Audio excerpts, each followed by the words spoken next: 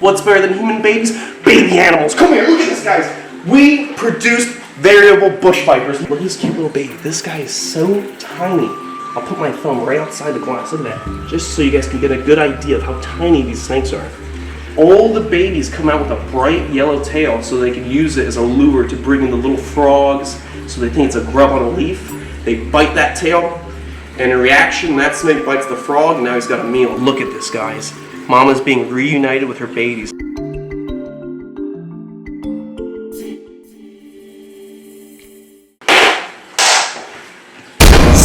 review! What is going on, my beautiful, sexy, wonderful people? I have a very stern message for you today, and that is babies. They're adorable, right? Human babies, they're okay. What's better than human babies?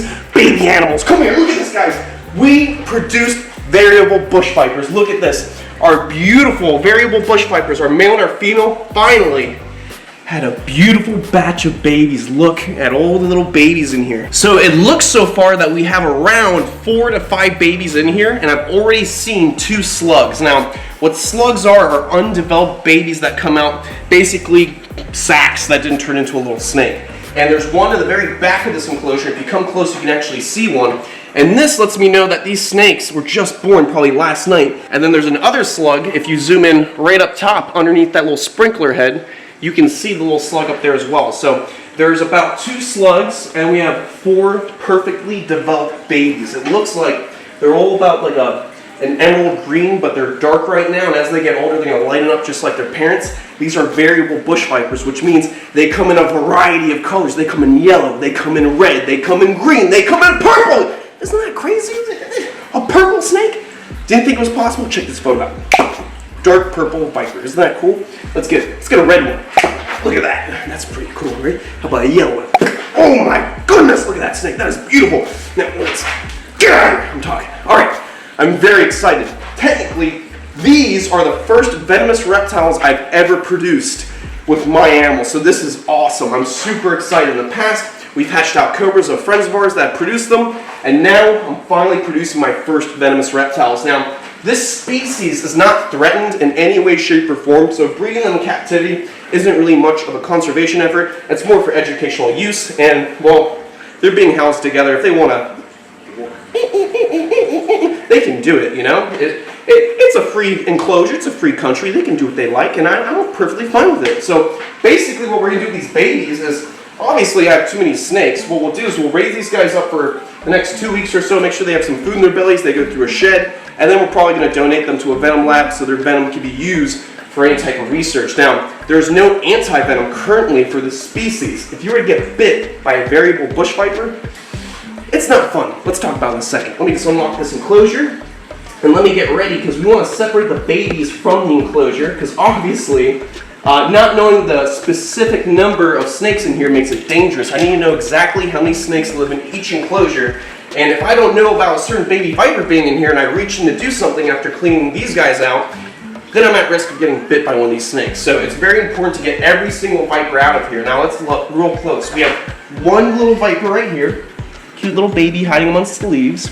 We've got another one right up here.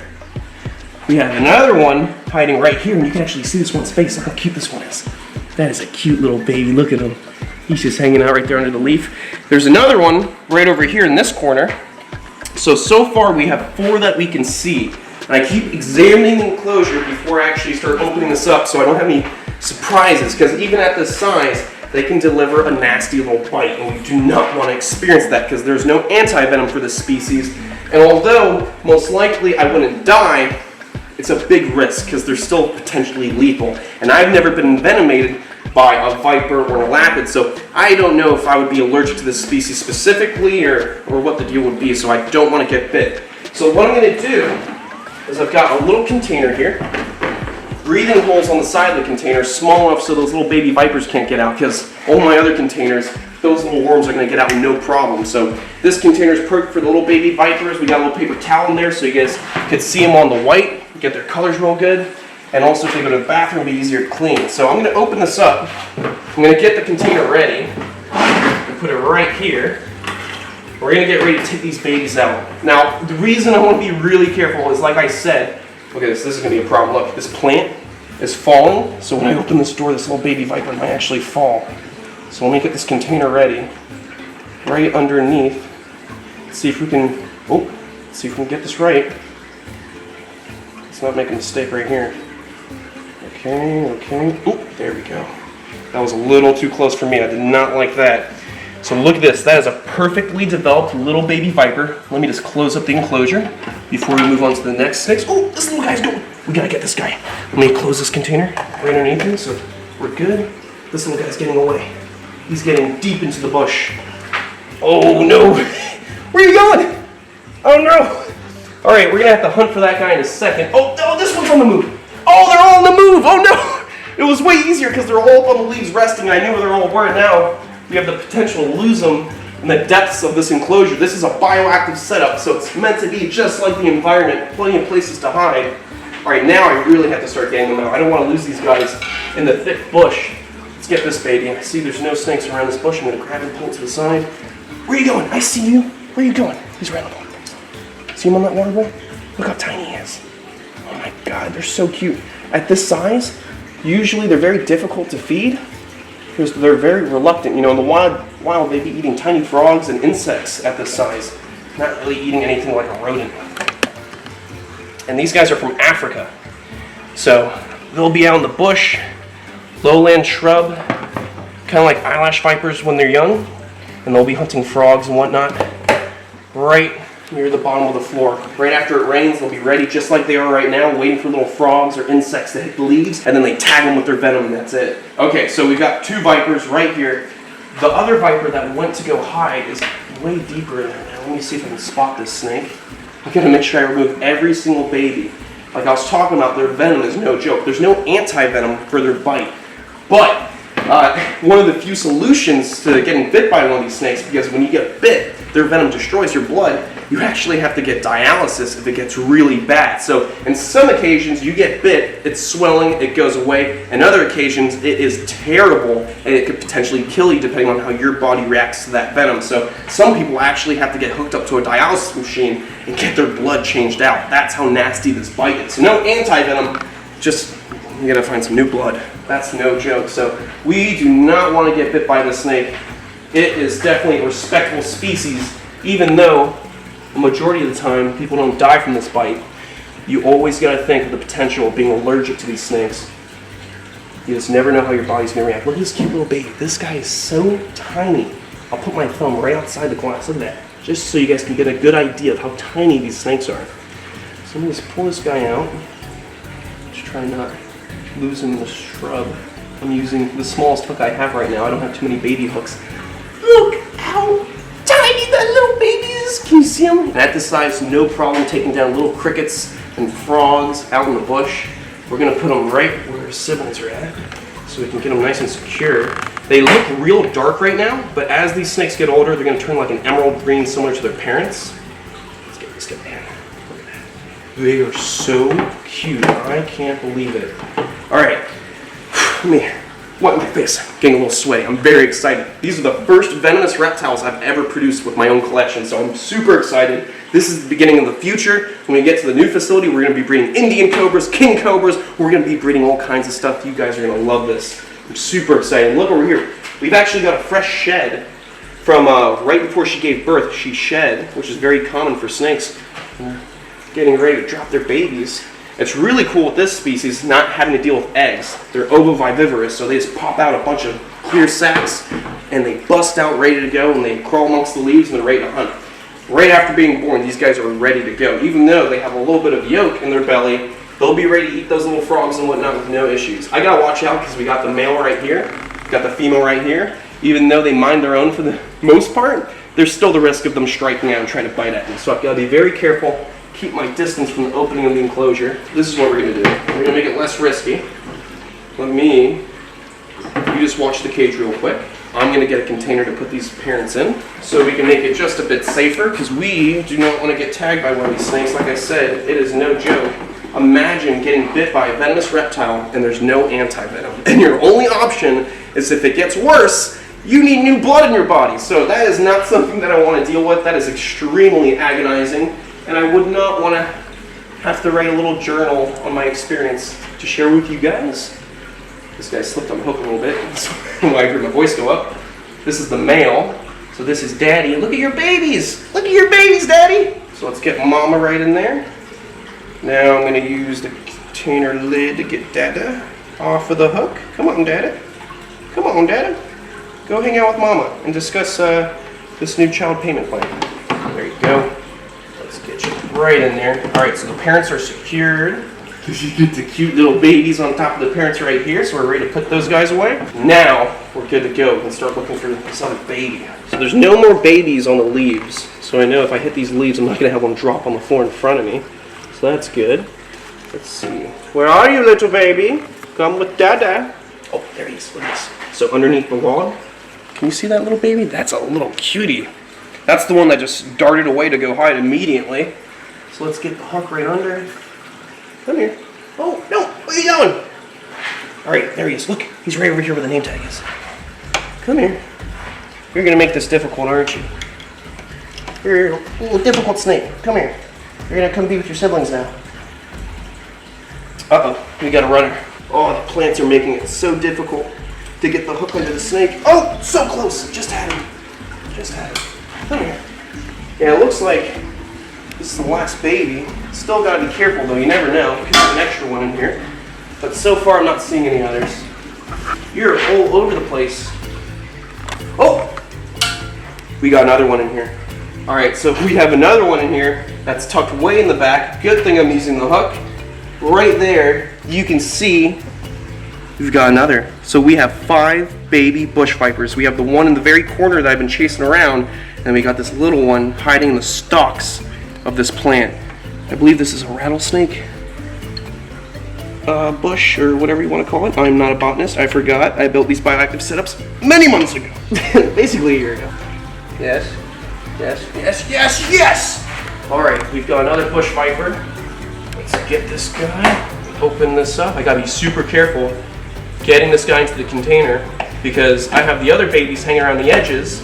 We've got all these ventilation holes. Although the snakes cannot get through the ventilation holes, they can get a fang right through that ventilation hole with no problem. People have been envenomated by snakes through the side holes for ventilation. So that's something you always got to worry about when working with any type of venomous reptile. It just takes one fang and you're envenomated. There you go. Alright, let's get that other baby. This other baby just started shoving itself underneath the substrate. Look at this. Notice right next to this baby, there's like a fish pill. Like it looks like a little oil pill. That is the undeveloped baby that I've been calling a slug. So just to give you an idea of what an undeveloped snake looks like, we don't even have a snake curled up. It's just a big ball of nutrients that didn't turn into a baby snake. Alright, I'm going to have to dig this little area out just a little bit. Excuse me. Excuse me, sir. Come out of there. You are not a subterrestrial snake. You're a boreal. You're in the wrong area. I'm going to get you out of there. Come here. Oh! There's the little chunk. Oh, look at this! Look at him! Look at this. I'm going to wave my hand just a little bit so you can see. But he was just gaping his mouth. The interesting thing about bush vipers is similar to the North American cottonmouth. When they feel threatened by a predator, they look up and they gape their mouth wide open as a threat display saying, hey, stay away from me, I'm venomous, I'll bite you. So that's a really interesting thing they do that's quite similar to our North American cottonmouth. I'm not going to get too close, but I'd like to see if this snake will gape his mouth one more time for you guys. Doesn't look like it, and I'm not going to get too close because I do not want to get bit by this cutie. Look at the tip of that snake's tail. See how yellow it is? All the babies come out with a bright yellow tail so they can use it as a lure to bring in the little frogs so they think it's a grub on a leaf. They bite that tail, and in reaction, that snake bites the frog, and now he's got a meal. So he'd be using that little tail to bring in all the little froglets and even small lizards. Little skinks, anything he can sink his little fangs into. Look how cute he is! I want to squish him! So cute! So I'm going to open up this container. There we go. Try to get this open safely. There we go. Nice. Perfect. We have a beautiful little container full of baby bush vipers. Look how tiny they are! We're going to put Mom next to these guys in a second so you guys can get a little bit of an understanding of how tiny they are compared to the parents. if you look, we actually have one that's super light green, and then the rest of these guys are fairly dark. This one in the back looks like it's going to be a nice, beautiful green. All right, I'm going to close this container because we have escapees. What do you think you're doing? You don't have a hall pass. Come here. Now, these guys would be very difficult to take care of the first month or so, or maybe even the first couple months, just because sometimes the babies are very reluctant to eat, because usually in the wild, they're going to be eating smaller food items that you really have a difficult time finding here in a captive situation, trying to replicate what they can get. But that's okay. We're going to make sure they eat, and after they're good and they've been eating for a while, we're going to rehome them, because we have plenty of animals here, and we want to expand to more species that need more protection, like critically endangered species or threatened species. So this is an animal that's pretty common here in America and back in its natural habitat. So I'm sure somebody would love to have these guys on display, and they can enjoy them as well. They are so cute. Look at these guys. Look at their little faces. Perfect replicas of their parents. And as they get older, their colors are going to become more and more vibrant. Right now, they're just very dark, and that helps out with camouflaging with the undergrowth. You know, you don't want to be too bright. You don't want to be too noticeable, or you're going to end up on somebody's menu. Because if your whole body looks like a little grub, then you might get eaten completely. Now let's just make sure there's no more vipers. I had checked the whole entire front, the whole side. That last viper that I didn't see coming was in the very back, hidden in the stalk. So I'm going to do another check, make sure we don't have any other snakes in here, because I don't want a surprise in the future finding another one of these vipers, and then I end up getting tagged because I wasn't aware of it. We have to document all the babies we have, because that is a part of having a license here in Florida. You must keep track of all of your inventory, births, deaths, everything. Everything must be written down, and it gets sent out to Florida Fish and Wildlife every 6 months. So they have an inventory of all your wildlife. This is all part of how you maintain these animals and work with the state. You got to have a license, you got to give them an inventory, you got to have a snake-proof room, inspections. There's so many things that you have to do that involves these animals. So never think these guys are just pets. These are all educational ambassadors. We're also doing this for the purpose of conservation and bring awareness to species. Because if you don't like snakes, you're going to love snakes after watching this episode. All right, let me just make sure we're good to go. We don't have any other hidden babies. Flip this leaf back here. I'm just kidding. Got him! And then I really get that for messing with you guys. All right, so it looks like we're good to go. I'm not seeing any more babies. It's always good to triple check, especially when you found a baby when you said there weren't any other babies. Let's grab this slug right here so I can show you guys. Oh, and I dropped it. Oops. Oh, this one got hard, so check this out. That is a little undeveloped snake. And actually, because it's so hard, these babies were probably born 2 days ago. Because look at that, that's as hard as a rock. But even though it's pretty hard, those isopods will make this a delicious meal. Almost looks like amber with a little mosquito inside. I'm going to bring back the dinosaurs. Nah, it's been done. We checked, there's no more snakes, we're good to go. We actually looked in the side to the soil as well, just to double check, make sure they're not hiding in the crevices, just like those other babies we're trying to do. But we're good to go. We have produced a total of 5 adorable little babies.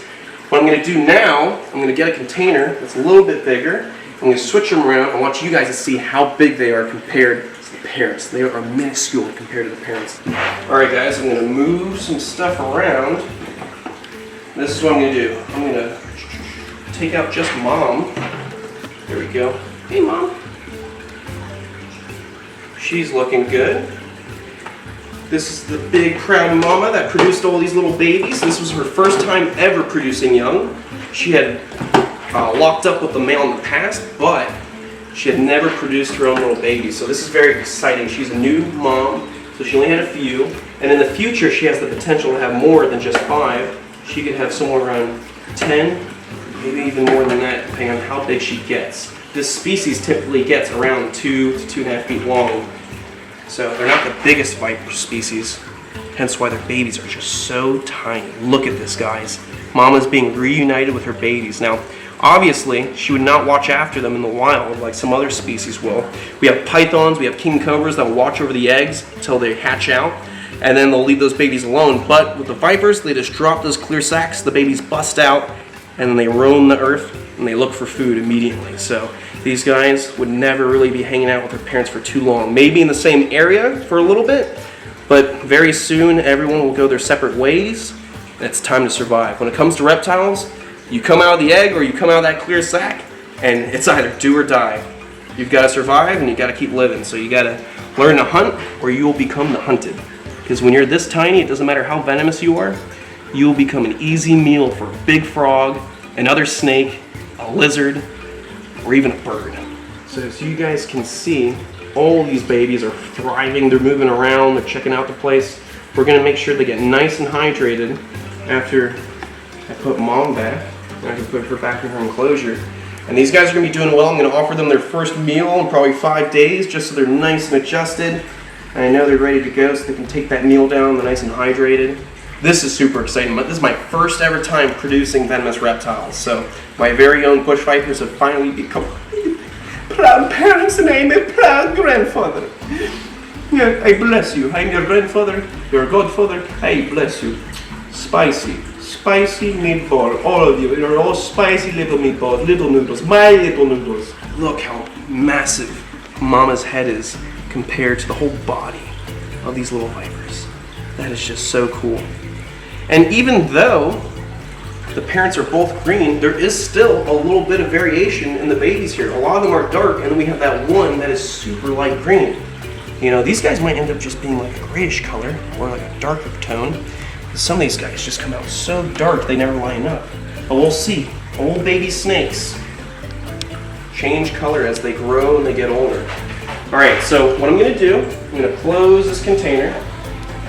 There we go. We're going to put Mama right in the back where she belongs. Right back on that log. Perfect. I'm going to move the babies right over here. We're going to put Dad back. Ooh. That's beautiful. Look at that. Look at the dark markings, the little saddles that are faded going down his body. That is what I'm seeing in some of these darker babies. They've taken that beautiful pattern and passed it down to their little babies. Look at that. You little stud. Are you a proud dad, huh? You want me to give you little updates on the kids, or he doesn't care. He just wants to go back and make more babies. Beautiful snakes. Variable bush vipers, they're an awesome species, very common here in the venomous world in North America and in the captive population of breeding these animals, but it's still awesome to produce any species of snake. Seeing life come into this world is amazing. When I walked into the snake house this morning, I was a giddy little girl. I was like, ah! I was super excited. My first time ever producing venomous reptiles. Plenty more in the future to come. I'm super excited for this. Let's get this enclosure locked up. Nice and secure. And even though we triple dog checked, I will continue to check over a period of days just to make sure I didn't miss any babies. Like I said, it is a safety hazard. If I don't know about another baby being in here, I'm at risk of getting bit. I could take these guys out, clean their enclosure, be reaching around, and I get tagged by a baby, and that's a big issue. So we got to definitely make sure we have all the babies reported for safety purposes and of the purposes of our inventory here. I'm super excited. Comment below what you guys think. Should I keep one of these babies? Or should I just rehome them all? We'll look forward to the future of producing more snakes. Or maybe I keep one and I name him Little Jose. Or maybe Little Toto. I don't know. I'm so excited. I'm sorry.